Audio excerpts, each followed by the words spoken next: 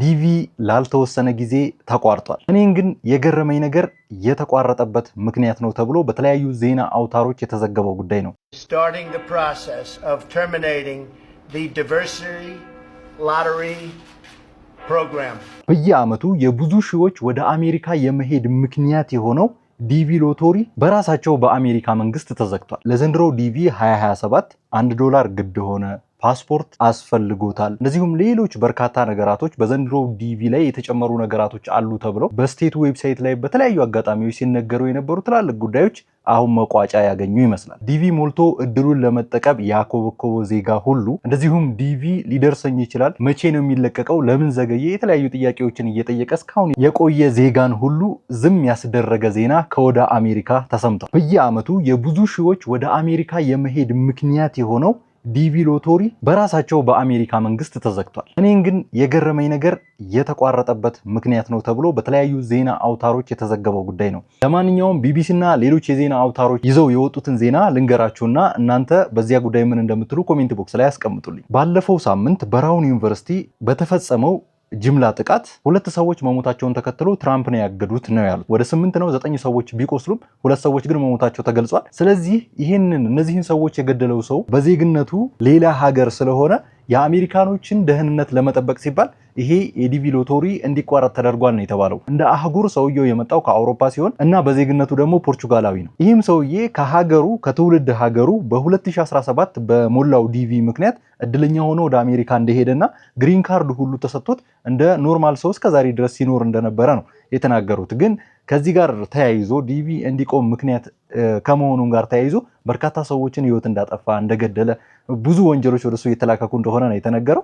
ከነዛ ውስጥ መካከል ደግሞ ይሄኛው የጅምላ ጭፍጨፋው በዛ ሰውዬ ላይ ነው ሙሉ ለሙሉ የተደመደመበት ማለት ነው። የአሜሪካ የሀገር ውስጥ ደህንነት የሆነችው ክሪስቲ ኖም የተባለች ሴትዮ እንዳሳወቀችው ከሆነ ትራምፕ ዲቪውን ለማስቆም እየጣሩ የነበረው ባለፈው ሳምንት በፊት ኒውዮርክ ላይ አንድ መኪና ወይም ደግሞ የጭነት መኪና 8 ሰዎችን ገጭቶ ገሏልና የዛን ሰዓት ነው ዲቪ ሎተሪ ሙሉ ለሙሉ ይቅር ብለው ሲታገሉ የነበሩት እና አሁን ላይ ደግሞ በዚህ ደግሞ ይሄኛው ዩኒቨርሲቲው ላይ ሲከሰት ደግሞ ሙሉ ለሙሉ እንዲታገድ ውሳኔ ተላለፈ ብላ ነው እንግዲህ ከዚህ በኋላ ወደ አሜሪካ የሚደረግ የቪዛ ፕሮግራም በአጠቃላይ እንደሚዘጋ ላልተወሰነ ጊዜ እንደሚቋረጥ ነው ያስተላለፈችው ማለት ነው። በዚህም ምክንያት ያው ዲቪ ተቋርጧል ማለት ነው። ከዚህ በፊት ለዘንድሮ ዲቪ $1 ግድ ሆኗል፣ ፓስፖርትም ግዴታ ነው፣ ብዙ ነገራቶች ሲባል ነበረ።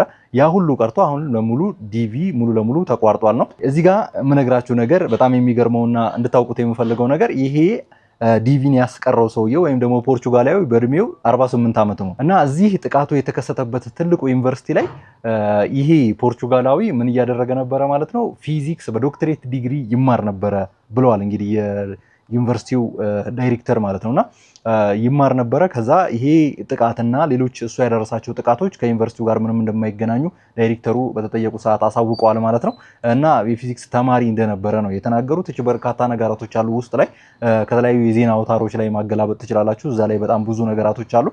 በእድሜው 48 እንደሆነና መጨረሻ ላይም ደህንነቷ ክሪስቲ ኖም እንዳሳወቀችው የሆነ መጋዘን ላይ ሞቶ እንደተገኘ ነው የተናገረችው።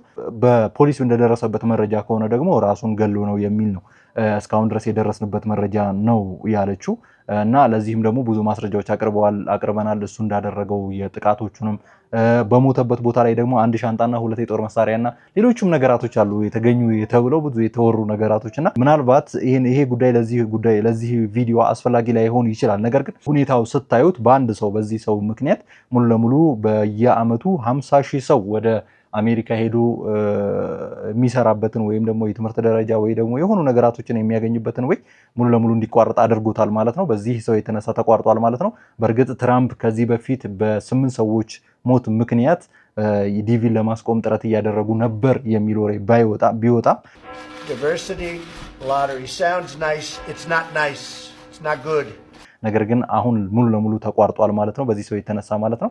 ይሄ ሰውዬ በስተመጨረሻም በመጋዘን ዙሪያ ሞቶ ተገኝቷል ማለት ነው። እኔ ይህንን ጉዳይ ይዤላችሁ የመጣሁት ግዴታ ስለ ዲቪ ብዙ ቪዲዮዎችን ሰርተናል። ስለ ዲቪ አዳዲስ ነገራቶችን ሲለቀቁ እያሳወቅናችሁ ነው። በዲቪ ጉዳይ አዲስ ነገር ሲለቀቅ አሳውቃችኋለሁ ባልኩት መሰረት ዛሬ በዚህ ቪዲዮ መጥቼ ይህንን ጉዳይ ልንገራችሁ በሚል ነው በዚህ ቪዲዮ የመጣሁት። ሙሉ ለሙሉ ሬዲ ሆኜ ተዘጋጅቼ ምናምን አይደለም። ኤዲት ሳደርግም የተለያዩ የኤዲቲንግ እንከኖች ሊኖሩ ይችላሉ። ያው ግዴታ መረጃውን ቀድሜ ለእናንተ ማድረስ ስላለብኝ ነው። ብዙ ሰው ኤክስፔክት እያደረጋችሁ ስለሆነ ነው፣ ዲቪ እየጠበቃችሁ ስለሆነ ነው፣ በተለያዩ አጋጣሚዎች የምትጠይቁኝ ሰዎች ስላላችሁ ነው። እኛ ጋር ክፍያ ከፍላችሁ ያላችሁ ሰዎች በቴሌግራም በዛው ክፍያውን ባከፈላችሁበት አናግሩ፣ ክፍያችሁ የሚመለስላችሁ ይሆናል ማለት ነው። ስለ ዲቪ ሌላ አዲስ ነገር ካለ ይዘንላችሁ መተው ወደ እናንተ የምናደርስ ይሆናል ማለት ነው። ለዚህ ቻናል አዲስ ከሆናችሁ ቻናሉ ሰብስክራይብ አድርጉ። ቀጣይ በሌላ ቪዲዮ እንመጣለን። እስከዚያው ድረስ ሰላም።